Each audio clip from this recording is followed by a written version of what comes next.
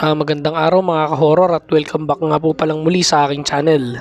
Nandito na naman nga pala tayo sa bagong episode ng Kwentong Agimat at Anting-Anting. Ngayong episode nga mga ka-horror ay pag-uusapan natin ng isang tanong na matagal nang pinagdedebatihan sa maraming lugar dito sa Pilipinas. At ito ay ang katanungan na dapat bang magpabayad ang isang albularyo o hindi? Sa maraming baryo at probinsya mga ka-horror, ang albularyo ay itinuturing na taong may kakaibang kakayahan. Isang manggagamot na gumagamit ng dasal, mga halamang gamot, orasyon at minsan ay mga ritual na minanapa sa mga ninuno. Ngunit kasabay ng paggalang sa kanila ay ang tanong na kung sila ay tumutulong sa kapwa, tama bang sila ay maningil ng bayad? May dalawang magkaibang pananaw tungkol dito mga ka-horror.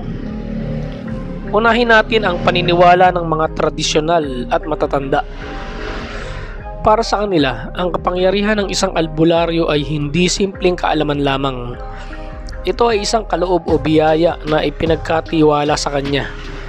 Dahil dito, sinasabi nila na ang kakayahang magpagaling ay hindi dapat gawing negosyo. Sa lumang paniniwala mga ka-horror, kapag ang isang albularyo ay naging sakim o masyadong naghabol sa pera, ay maaaring humina o mawala ang bisa ng kanyang kapangyarihan. May mga kwento pa nga na kapag ang manggagamot ay naningil ng napakalaki, hindi na gumagana ang kanyang mga orasyon o ritual. Kaya sa ganitong pananaw mga ka-horror, mas mainam na ang pagtulong ay walang hinihiling na bayad.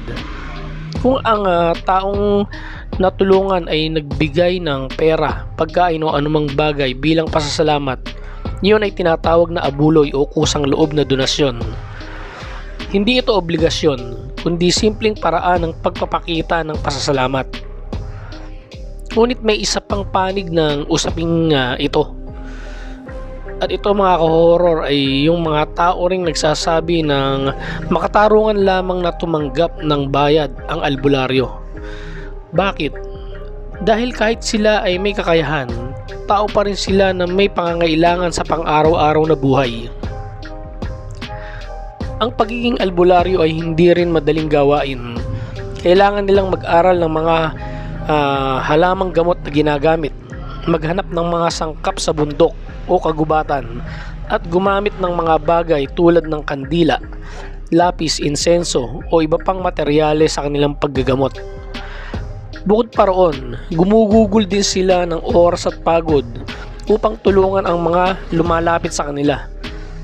Kaya para sa ilan, ang bayad ay hindi para sa kapangyarihan, kundi para sa oras, pagod at mga ginamit na kagamitan. Sa katunayan nga mga ka-horror, maraming albularyo sa Pilipinas ang sumusunod sa isang gitnang paraan. Hindi sila direktang naniningil ng presyo, ngunit tumatanggap sila ng kusang loob na abuloy mula sa taong kanilang tinulungan. At sa ganitong paraan mga ka-horror ay nananatili ang respeto sa paniniwala na ang kanilang kakayahan ay isang biyaya habang natutulungan din sila upang maipagpatuloy ang kanilang gawain. Kung iisipin natin mga ka-horror, ang tunay na tanong ay hindi lamang tungkol sa pera. Ang mas mahalagang tanong ay ano ba ang hanap ng nagpapagamot? May mga taong lumalapit sa albularyo na umaasang sila ay matutulungan ng walang kapalit. Para sa kanila, ang tradisyonal na manggagamot ay parang isang lingkod ng komunidad. Isang taong handang tumulong sa oras ng pangangailangan. Kaya kapag sila ay pinagbabayad, minsan ay nakakaramdam sila ng pagdududa o pagkadismaya. Dahil ang inaasahan nila ay isang tulong na ibinibigay mula sa malasakit. Ngunit meron din namang mga ka-horror na mga taong handa at tanggap na magbayad kung kinakailangan. Dahil para sa kanila, normal lamang na magbigay ng kabayaran sa oras, pagod at kaalamang ginagamit ng albularyo. Sa kanilang pananaw, kung ang isang tao ay gumugol ng panahon at lakas upang makatulong sa pagpapagaling, ay makatarungan lamang na magbigay ng kahit kaunting kabayaran bilang pasasalamat. Dito natin makikita na minsan ang usapin ay nasa pananaw ng taong nagpapagamot.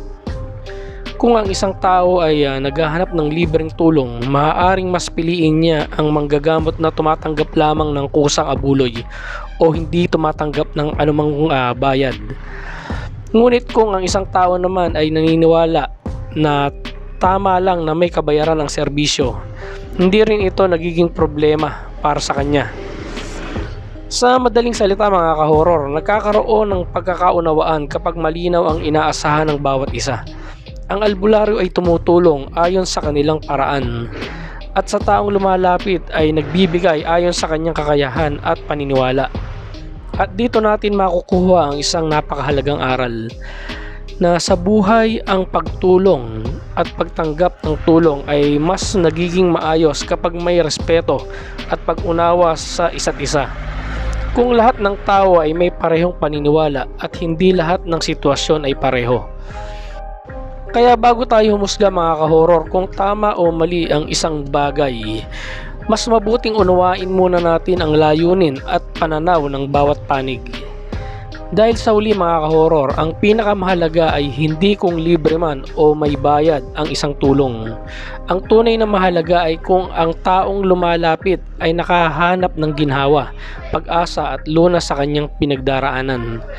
At iyon ang paalala natin sa episode na ito mga ka-horror.